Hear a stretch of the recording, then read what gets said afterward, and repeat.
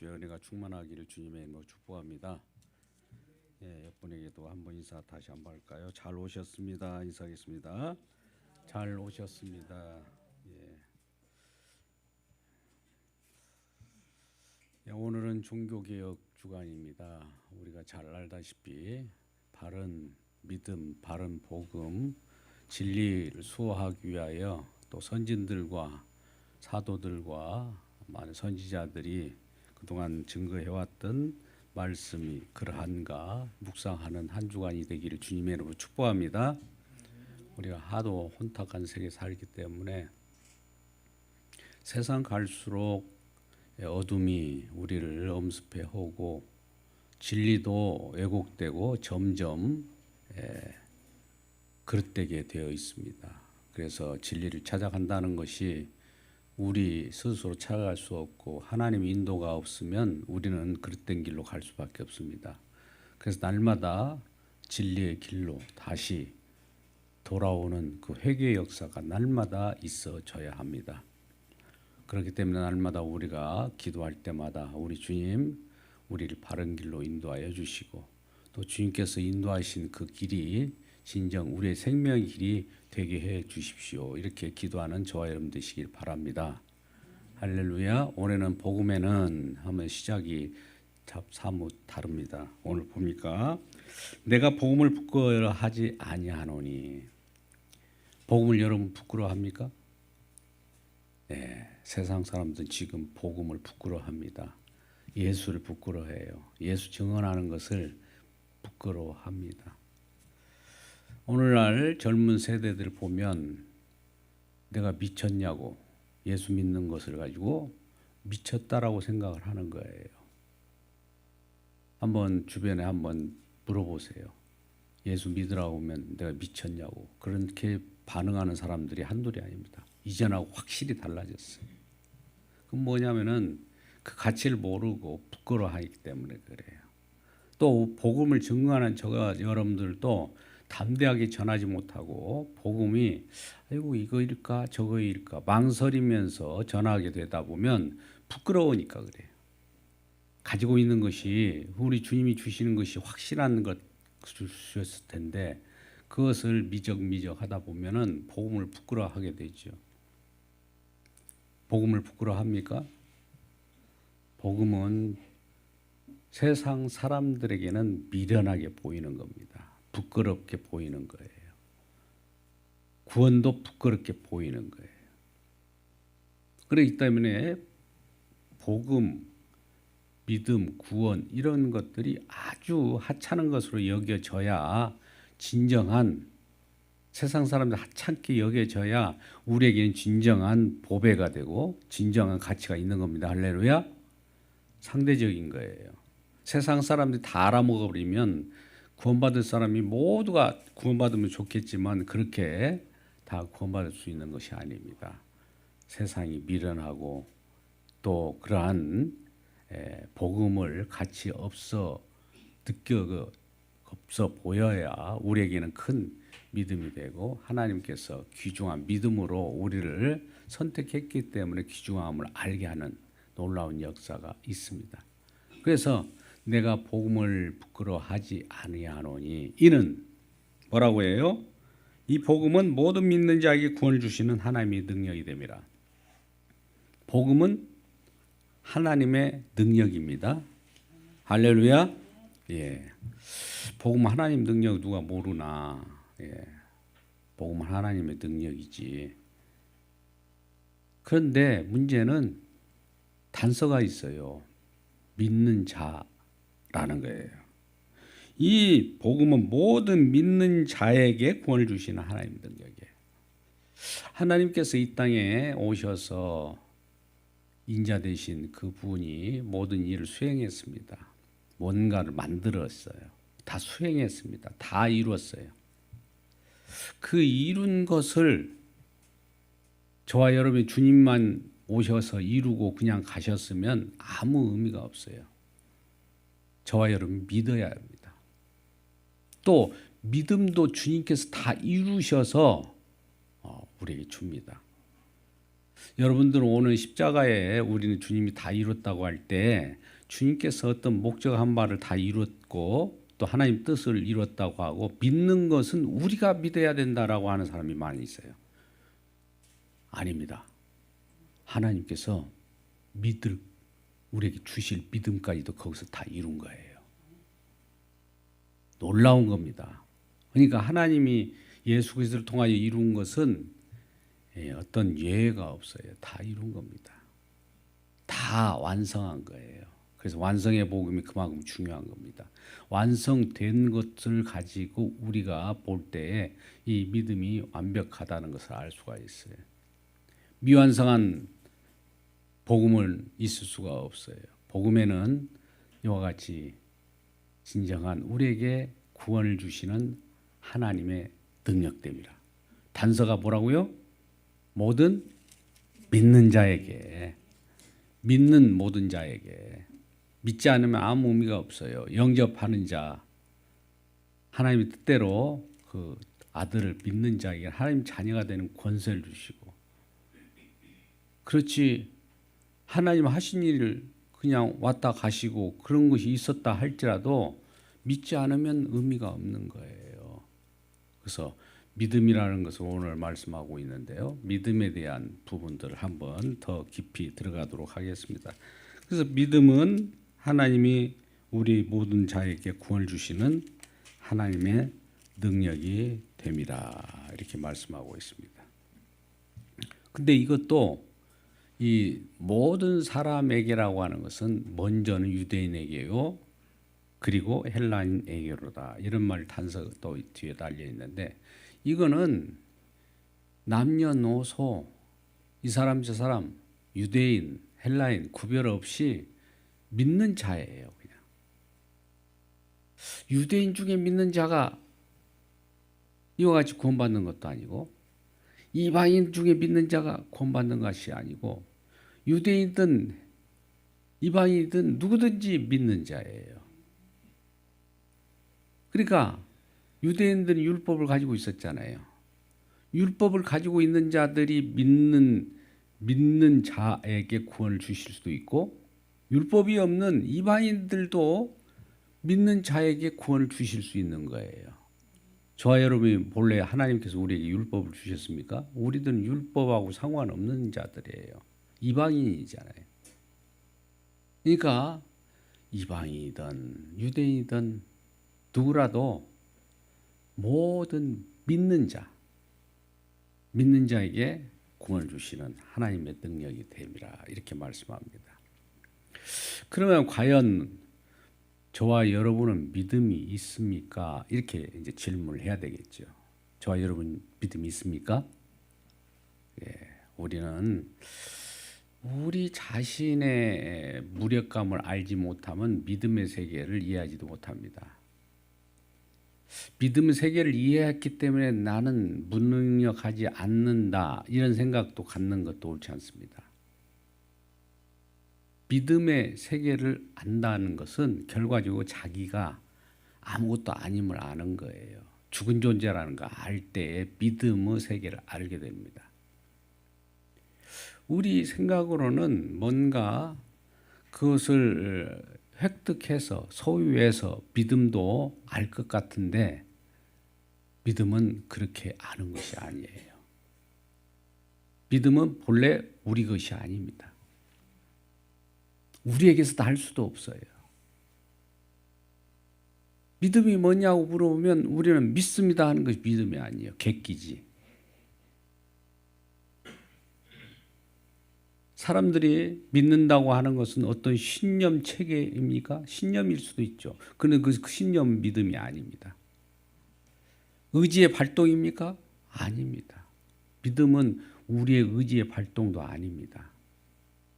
뭔가 하고자 하는 욕망의 욕구입니까? 그것도 아닙니다. 믿음은 우리들은 믿음이 없어요.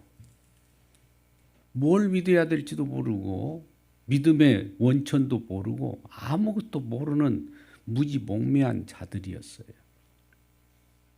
이런 자들에게 결과적으로 우리가 믿음 없음을 알 때 통곡하고 애통해 하는 자들에게 믿음이 주어지는 겁니다.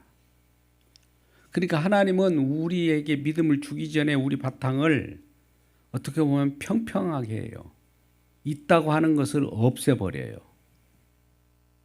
예수 믿는 것을 예수 믿으면 구원받는다 하니까 내가 믿어볼게. 내가 믿어서 믿어주니까 하나님도 내가 믿어주니까 존재하는 것이지 내가 믿어주지 않으면 무슨 소용이 있어 라고 하면 그 순간부터 믿음이 없는 거예요.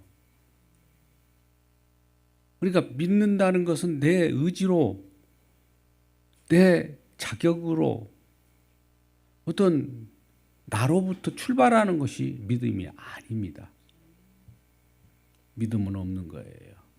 우리에게는 없다라고 할 때 그 순간에 우리 주님께서 믿음 없는 우리들에게 그때서야 주님께서 선사합니다. 믿음은 은혜로 주어지는 거예요. 우리가 에베소 2장 8절 9절 말씀 그 은혜로 인하여 믿음으로 말미암아 구원을 받았다고 하잖아요. 그 은혜로 주어지는 믿음이에요. 은혜라는 것은 우리가 없어요. 믿음 속에 우리가 섞여 들어갈 것이 없어요. 하나님께서 은혜 주시고 우리도 믿어보고 이 두 가지가 섞여져서 나오는 거 없어요. 오직 은혜. 오직 은혜라는 말 들어보셨습니까? 오직 믿음. 솔라 피데. 오직 믿음은 주님의 소관이에요. 이 주님께서 일한 믿음을 가지고 우리에게 다가오게 되는 것이죠. 믿음을 만들어내신 분이 누구냐? 우리가 아니에요. 예수 그리스도입니다. 할렐루야. 예수 그리스도께서 믿음까지도 완성했다. 어디서 완성했다고요? 여러분 아까 처음에 도입할 때 먼저 말씀을 드렸는데 어디서 완성했어요? 답을 왜 못하세요? 십자가에서 완성했어요. 그 속에 주님께서 믿음까지도 다 완성해서 만들어서 우리에게 주신 거예요. 주님께서 어떤 일을 다 하시고 나서 믿음은 너희들이 알아서 해라가 아니에요. 다 이루신 그 내용대로 믿음까지도 다 가지고 은혜로 우리에게 퍼준 거예요. 얼마나 소중합니까? 종교개혁 1517년에 마틴 루터가 사실 믿음은 그가 의로운 하나님이 의롭다 여김을 받고 의로워야 천국 간다는 거예요. 의로워야 성생을 얻는다는 것은 성경이 많이 기록되어 있으니까 알았어요. 그 많은 구절을 그렇게 보았지만은 마틴 루터가 누굽니까? 신학자예요. 엄청난 수학을 한 사람입니다. 그나마 사제이지 않습니까? 그가 정말 영생을 얻기 위하여 하나님의 의를 위해 이루기 위하여 자기 온갖 몸부림을 다한 거예요. 고난도 수련도 모든 것들을 다 해본 겁니다. 이렇게 해야 되나 저렇게 해야 되나. 그런데 이 구절이 그렇게 많이 봤을 때인데 이 구절이 그에게는 어떤 번뜩이는 구절로 보이는 것이 17절이었어요. 복음에는 하나님의 의가 나타났다. 복음인데 하나님의 의가 나타났대요. 아, 의가 나타나는 것이 복음이구나. 하나님의 의를 가지고 의를 몰고 오신 분이 누구실까요? 그럼 당연히 예수님이시죠. 복음에는 하나님의 의가 나타나요. 복음은 무엇이냐? 우리가 로마서 1장 2절에서 4절 말씀 보면 이 복음은 하나님이 선지자들을 통하여 그 아들에 관하여 성경에 미리 약속하신 것이라. 성경에 미리 약속했대. 미리. 약속이래요. 약속했대요. 선지자를 통하여. 선지자라는 것은 뭡니까? 율법에 관련된 것도 선지자일 수도 있고 시편도 선지자, 또 선지자들도 선지자들. 그런 구약에 보니까 이런 것들이 누구에 관한 얘기냐? 아들에 관한 얘기라는 거예요. 복음은 아들에 관한 얘기입니다. 할렐루야. 그런데 그 아들은 3절 말씀 보니까 아들에 관하여 말하면 육신으로는 다윗의 혈통에서 나셨고 성결의 영으로는 죽은 자 가운데서 부활하사 능력으로 하나님의 아들로 선포되었으니 곧 우리 주 예수 그리스도시니라. 복음은 우리 주 예수 그리스도시니라. 할렐루야. 근데 그분이 하나님의 아들이에요. 복음은 하나님의 아들이고 복음은 우리 주 예수 그리스도시라. 나타났다라고 하는 것은 계시되었다라는 거예요. 나타났다는 것은 그동안 숨겨졌다가 불쑥 우리에게 드러난 거예요. 우리는 요한계시록 1장 1절에서 예수 그리스도의 계시라. 계시의 주체가 누구예요? 예수 그리스도. 다른 그것이 계시가 아니에요. 예수 그리스도예요. 성경은 예수 그리스도를 보여주는 거예요. 그래서 예수 그리스도가 복음이 나타났다. 복음이 계시되었다. 예수가 복음인 거예요. 그러면 예수님은 의인으로서 이 땅에 오셔서 그 의인으로서 의의를 가지고 오시는데 그 의가 나타난 거예요. 예수님이 의인으로서 죄가 없으신 그분이지 않습니까? 하나님의 아들입니다. 하나님의 아들이 복음이에요. 하나님의 아들이 오셔서 하나님의 의가 나타났어요. 로마서 3장 21절에도 율법 외에 하나님의 의가 나타났으니 율법 외에 율법이 아니고 율법이 증언하는 하나님의 의 말입니다. 하나님의 의가 나타난 거예요. 하나님의 의가 계시된 거예요. 하나님 의인이 오셔서 의를 보여준 거예요. 의가 어떻게 하셨다고요? 하나님의 의가 나타나서 의가 계시되어서 믿음으로 믿음에 이르게 하나니. 마틴 루터가 이 한 구절에 완전히 꼬그라진 거예요. 그동안 애쓰고 수련하고 여러 가지 방법, 인간의 모든 할 수 있는 건 다 해본 거예요. 인간으로서 할 수 있는 것을 다 해본 거라고요. 아, 그랬더니 인간의 소관이 아니네. 그걸 안 거죠. 아, 의인이 오셨구나. 그분이 의를 가지고 오셔서 의를 통하여 믿음에서 믿음으로, 아, 그 의가 나에게 주어지는구나를 알게 된 거예요. 나의 노력이 아니라 주어진다는 것을 아셔야 돼요. 주어진다는 것을 또 주입된 것으로 착각하면 안 됩니다. 우리에게는 의를 주사바늘로 쭉 집어넣듯이 의가 전가된다는 논리를, 저도 조직신학을 배울 때 처음에 그렇게 배웠어요. 의의 전가. 그래갖고 우리가 의화되어 버립니다. 죄인이었는데 의인의 주사 바늘을 집어넣어가지고 주사를 놓으니까 우리가 의화돼요. 내가 의인이 돼요. 그런 의인이 아니에요. 우리 의인이라고 할 때는 의를 믿는 의인이에요. 의를 의지하는 그 사람을 의인이라고 해주는 거죠. 의인이란 칭한데. 그래서 이신칭의입니다. 물론 이신득의라는 표현도 하지만 이신칭의. 그래서 루터가 그것을 깨닫고 나서 무릎을 치고 그 95개 조항이라고 하는 것들을 가지고 그 로만 캐톨릭과 싸움을 합니다. 진리의 싸움을 하는 거예요. 로만 캐톨릭을 알고 보니까 처음에는 우리가 사도와 선지자들을 증언해 가지고 말씀을 들었을 거 아닙니까? 근데 점점 믿음으로 의롭게 되고 이런 것들을 그들은 행위 종교로 바꿔버린 거예요. 행위 종교로.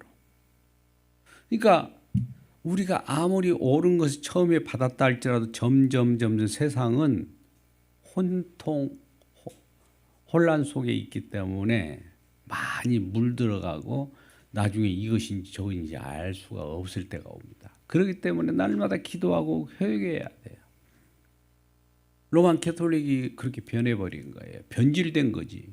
본래 로만 캐톨릭 하면 괜찮은 용어입니다. 사실은. 아셔요? 로마 캐톨릭이 잘못된 거죠. 그 하나님에 대한 고백은 바르게 됐는데 그것을 점점 오염시켜 나가요. 인간의 행위를 집어넣고 또 처음에는 신인 협력, 그 다음에 인간의 행위. 이 인간에 들어갈 여지가 없는 것이 믿음이에요. 그게 순수한 믿음이라고요. 그게 바로 오직 믿음이라는 솔라 피데예요. 그것을 이제 루터가 그걸 알고 이제 종교개혁 진리의 싸움을 합니다. 목숨을 건 싸움이죠.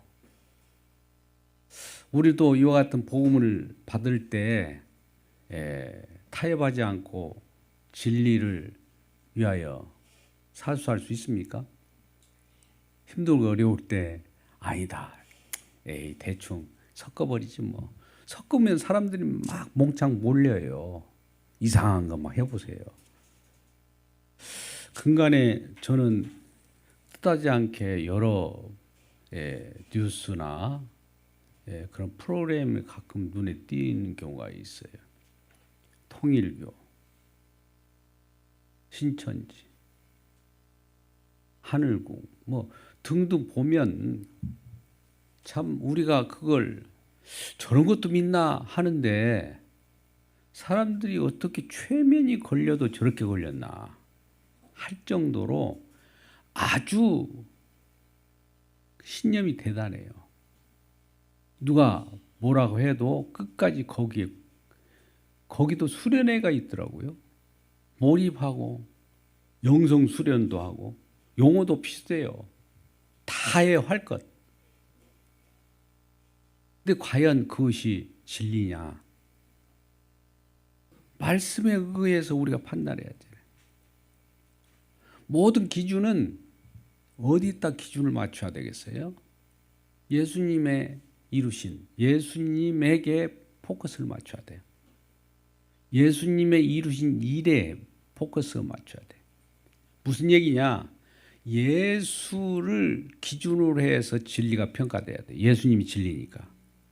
예수님이 십자가로 이루어졌기 때문에 예수님이 십자가로 모든 것을 판단해야지 다른 것 가지고 상대적 진리로 예수님의 십자가도 판단받아야 된다는 식으로 이렇게 해요. 다른 하늘궁이나 천정궁이나 천원궁이나 뭐 희한한 궁을 그들은 그 속에서 몰입되어 있어요. 뭐가 쉬어도 한참 쓰인 거예요. 근데 그들은 그들만의 기쁨이 또 있는 것 같아요. 그와 같이 진리가 아닌 쪽으로도 많은 사람들이 말세 지말에는 이와 같은 자들이 많이 나타난다고 그랬는데 그 속에 빠져드는 사람이 한둘이 아닙니다. 우리는 이와 같은 때에 바른 신앙이 과연 어디에 기준을 맞춰야 되느냐 물어볼 것도 없이 십자가에 맞춰야 되고 예수님에게 맞춰야 돼요. 예수님 자체가 진리니까 내가 길이요 진리요 생명이라고 했잖아요. 변함없죠? 그건 변하지 않는 거예요.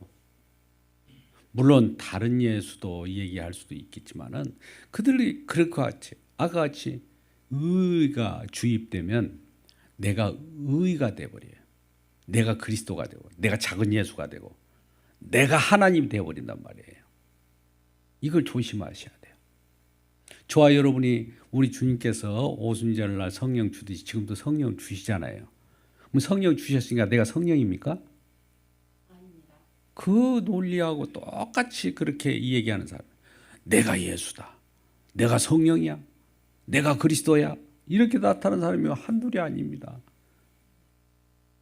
그래서 그 하나님은 의인으로서 우리에게 의를 주시는데 의를 의지하게끔 믿음을 주셔요.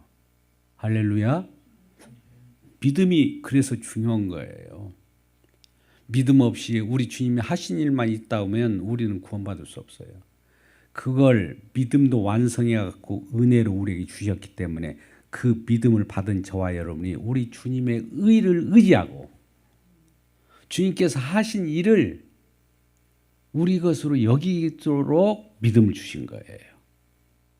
주님의 이루신 일이 나의 것으로 여겨지는 것을 칭의라고 합니다.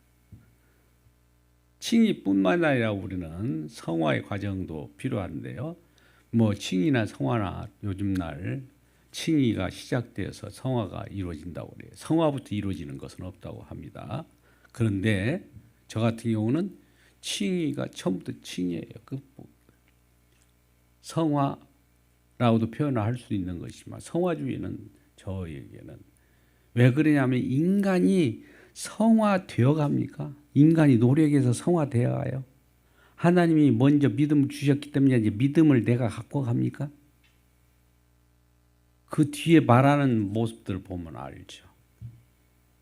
믿음이 있다면서 왜 행함이 없어? 또 이런 얘기를 나오겠죠. 그 행함을 뭘로 보는 건데요? 그 행함을 뭘로 봅니까? 야고보서 행함입니까? 야고보서 행함이 그런 행함이에요? 성경은 누구에 대한 얘기야라고 그랬어요? 예수님의. 그럼 야고보는 예수님의 얘기예요? 우리 행함을 얘기하는 거예요? 예수님에 관한 행함이에요. 어느 책에는 믿음을 얘기했다. 어느 책에는 행함을 얘기했다. 그런 것이 아니에요. 그러면 행함은 뭐냐? 이럴 수도 있고 저럴 수도 있고 행함은 어떻게 나타나긴 나타나요. 근데 행함에 우리는 거기에 포커스가 있는 것이 아니라 주님께 포커스가 있어야 돼요. 내가 예수 믿어서 구원 받는다 할 때 어디에 포커스가 주어야 되냐면 내가 예수 믿어서 구원 받는다 하면 예수에게 포커스 맞춰야 돼요. 예수 믿어서 구원 받는다. 받는다에 포커스 맞춰. 구원에 포커스 맞춰도 안 되고. 믿음은 예수님과 예수님 마련해 준 것 때문에 연결되어 있는 부분이니까 예수님이 믿음이다 이렇게 표현할 수도 있습니다. 좀 이건 언어 파괴적인 건데 그래서 믿음이 그만큼 중요한 거예요. 믿음이 우리에게 나요? 우리에게는 없다는 것 먼저 전제해야 돼요. 그러면 주님께서 믿음을 주게 된다. 있는데 우리가 믿음을 가지고 있으면 주님께서 주실 필요가 없잖아요. 그래서 믿음 없음을 우리 주님께 항상 물론 주님께서 믿음을 항상 주님께서 주셔서 믿음을 가지고 우리를 컨트롤해요. 연결시켰단 말이에요. 쉽게 저는 이런 표현을 합니다. 낚싯줄로 믿음을 주어가지고 낚싯줄을 가지고 항상 우리를 꿰서 가지고 있는 거예요. 우리 주님이. 끊어진 낚싯줄이 아니라 우리를 줘버리고 알아서가 아니라 주님께서 믿음마저도 다 완성하고 믿음을 주셔서 저와 여러분을 이끌어 간다는 거죠. 앞에서 믿음의 열차가 앞에서 엔진으로 끌고 가면 뒤에 객실들은 저절로 끌려가는 거예요. 믿음.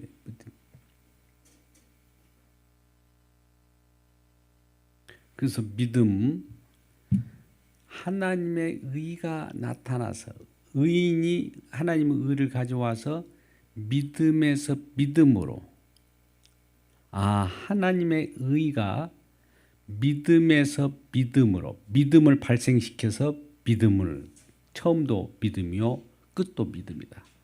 처음에 믿음인데 행위가 나오는 것도 아니고 처음에 행위였다가 믿음이 나오는 것이 아니라 믿음에서 믿음이고. 그렇게 되어 있잖아요. 이거 복음에는 하나님이 나타나서 17절에 믿음으로 믿게 이르매. 믿음으로 믿음에 이르게. 시작도 믿음이에요. 믿음으로 결과도 믿음에. 처음과 끝이 믿음이에요. 그 속에 인간의 어떤 행위가 들어갈 여지가 없어요. 이르게 하나니 기록된 바 오직 의인은 믿음으로 말미암아 살리라 함과 같더라. 기록된 바라는 것은 어디에 기록되어 있을 거 아니에요. 이런 내용들이. 기록된 것을 사도 바울이 인용해서 쓰는 거죠. 기록된 바 이 말은. 그죠? 어디일까요? 많은 곳에 나오지만 하박국 2장 4절이 대표적인 거죠. 하박국 2장 4절 한번 말씀 볼래요? 예? 예. 한번 읽어보겠습니다. 시작. 보라 그의 마음은 교만하며 그 속에서 정직하지 못하나 의인은 그의 믿음으로 말미암아 살리라. 하박국을 알아야 믿음이 거기서 이런 얘기로 믿음이 우리에게 주어지는구나를 알게 되는 거예요. 하박국 선지자는 이런 생각을 했어요. 우리도 그런 생각을 할 수 있어요. 뭐 당연한 건데 어떻게 선한 일을 행하는 자기 백성들은 형통하지 못하는데 악한 행위를 하는 저들은 왜 이렇게 형통합니까? 그죠? 오늘날 그러잖아요. 예수 안 믿는 사람이 막 잘 먹고 잘 살고 뭐 떵떵거리고 하는데 예수 믿는 사람은 좀 힘든 것 같아요. 그죠?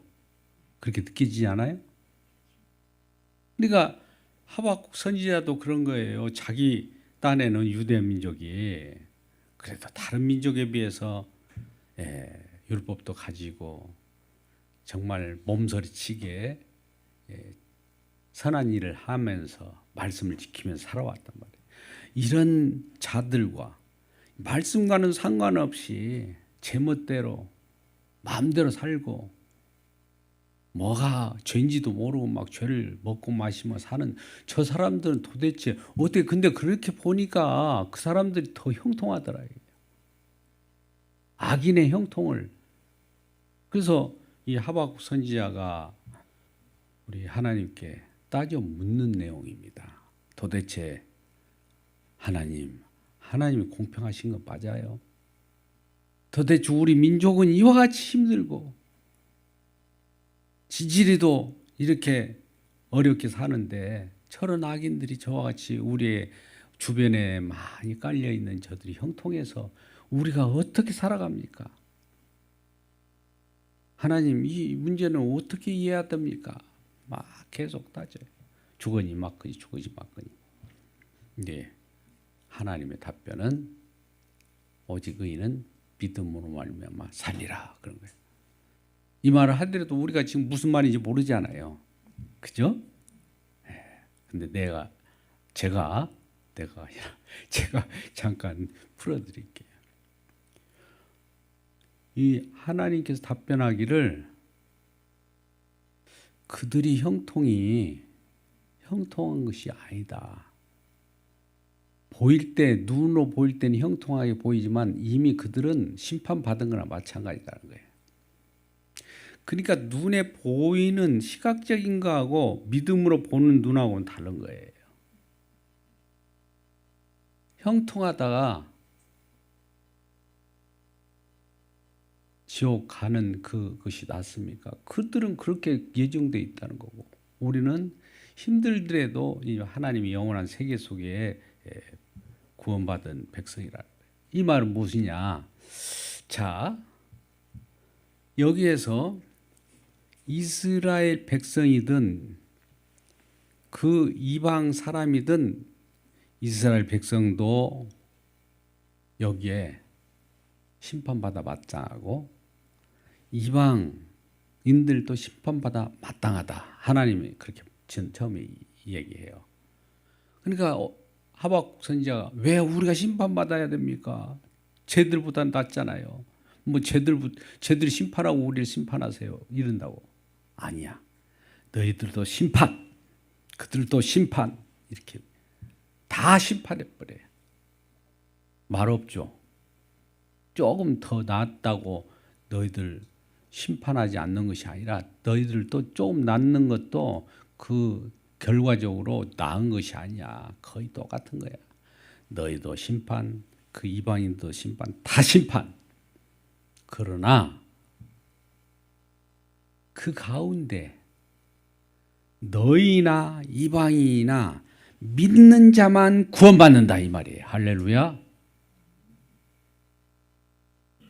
아직 필이 왔습니까? 이 모든 것은 심판 속에서 구원이에요.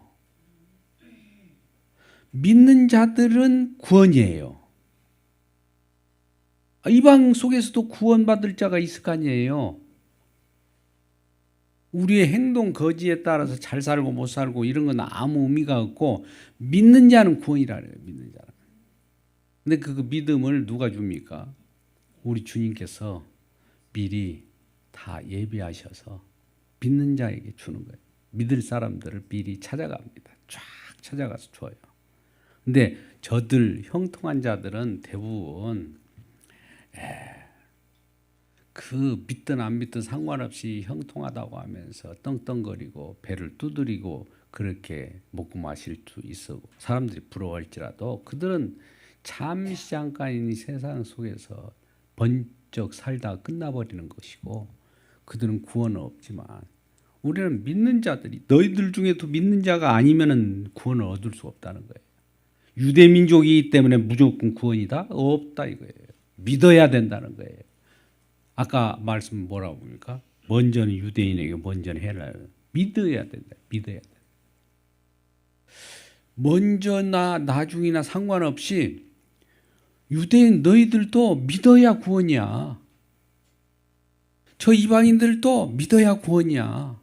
이방인이기 때문에 무조건 지옥의 뗄감이 아니고 너희들만 천국 백성이 아니라 너희들도 안 믿으면 지옥의 뗄감이야. 이 말이에요. 그래서 오직 의인은 믿음으로 말미암아 살리라. 더 구체적으로 이제 오직 의인은 믿음으로 말미암아 산다고 하니까 의인이니까 의인답게 살아라 이런 뜻으로 또 오해한 사람도 있어요. 물론 그렇게 사셔도 괜찮아요. 이 말은 오직 의인은 믿음으로 말미암아 살리라는 것은 믿어서 아까 하나님의 의를 믿은 사람들을 의인이라고 했죠. 제가 그 말씀 중간에 했어요. 하나님의 의를 내가 주님이 주신 믿음으로 믿었어요. 그걸 칭의, 의인이라고 한단 말이죠. 믿은 의인은 어떤다고? 죽는다고 아니면 산다고요? 산다. 믿는 사람들만 사는 거고 나머지는 다 죽은 사람이라는 거예요. 다시 한번 리바이벌 해볼게요. 하나님의 의를 의지하는 그 의인만 산다.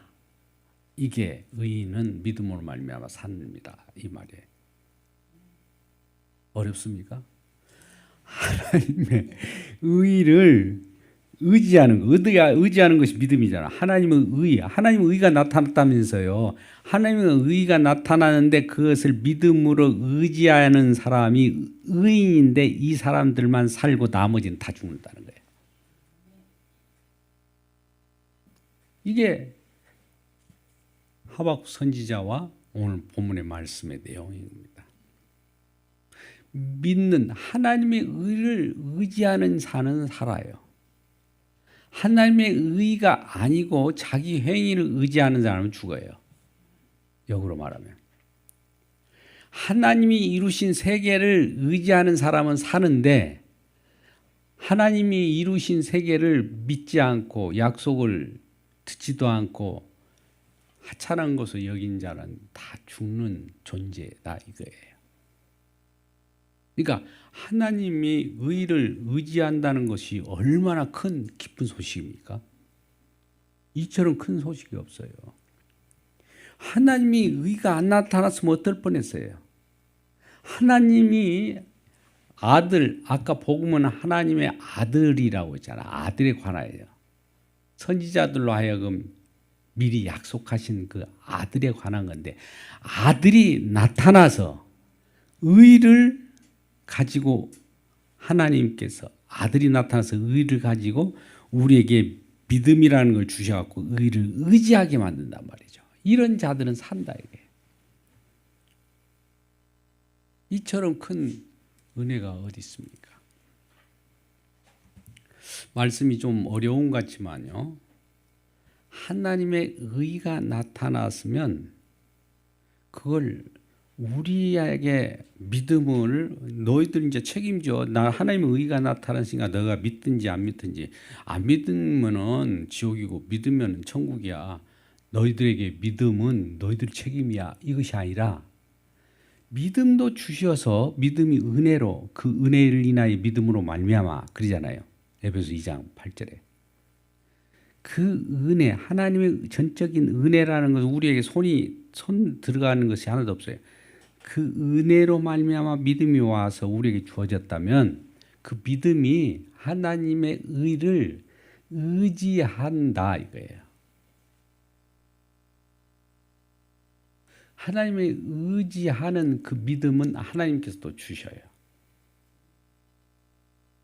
그래서 이 믿음은 아들에 관한 것이고, 믿음은 결과적으로 복음은 아들에 관한 것인데 복음에는 하나님의 의가 나타나요.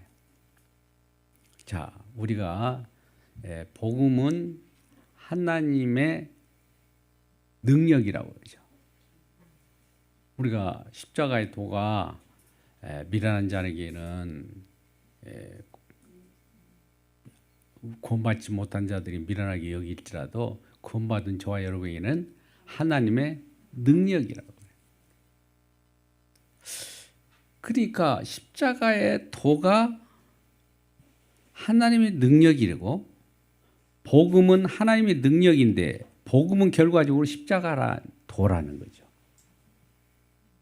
그리고 고린도전서 1장 22절 23절은 이것이 하나님의 지혜이고 능력인 거예요. 그러니까 우리는 복음을 들을 때 어떻게 듣느냐? 믿음은 어디서 온다고 그러죠? 들음에서 와요.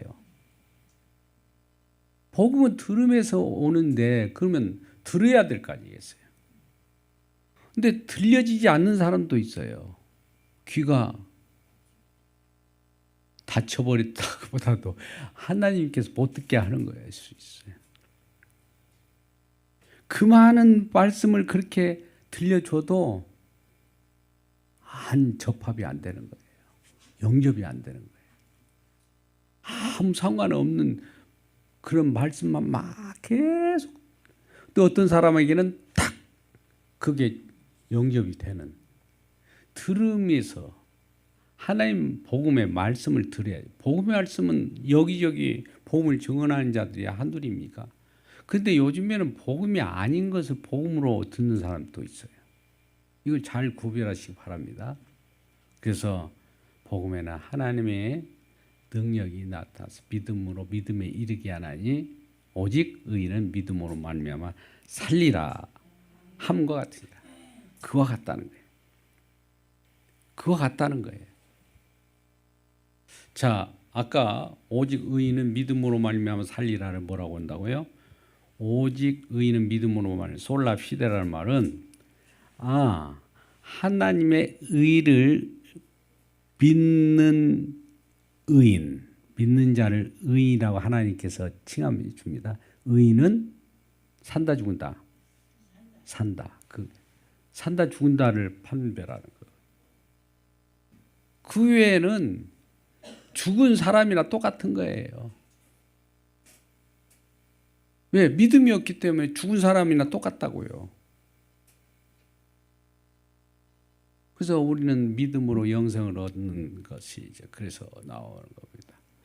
이만큼 이 로마서 1장 17절 9절이 그래서 굉장히 유명하고 또 우리가 다시 한번 묵상해보고 깊이 묵상해봐야 돼. 아까 첫 번째 중요한 것은 제가 두 가지를 말씀드렸는데, 첫 번째, 의가 주사 바늘처럼 주사기 뭘 주의받듯이 의화되는 건 아니다는 거예요. 많은 사람이 그렇게 잘못 알았어요. 의가 우리에게 정하다는 것이 아니라 그 의를 의지하는 거예요. 우리는 이거고. 그다음에 의인은 믿음으로 말미암아 산다는 것은 그렇게 믿는 자를 의인이라고 하는데 이런 자들은 산다. 이렇게 결론을 짓고 오늘 말씀을 묵상하는 또 한 주간을 이렇게 보내고 깊은 종교개혁 주간에 우리 주님의 말씀을 바로 세우는 저와 여러분 되시기를 주님의 이름으로 축원합니다. 아버지 하나님 감사합니다. 오늘 또 말씀을 통하여 은혜 받게 하심을 감사합니다. 종교개혁 주간에 우리 주님께서 더욱더 깊은 은혜로 말미암아 그 말씀을 묵상하게 하시고 진정한 우리 주님께서 진리의 그 길을 알게 하여 주시고 변함없는 그 사랑을 통하여 우리 주님만을 섬기고 주님만을 받아들이고 주님만을 주님만을 날마다 드높일 수 있는 우리 모두가 되게 하여 주옵소서. 예수님의 이름으로 기도드리옵나이다. 아멘.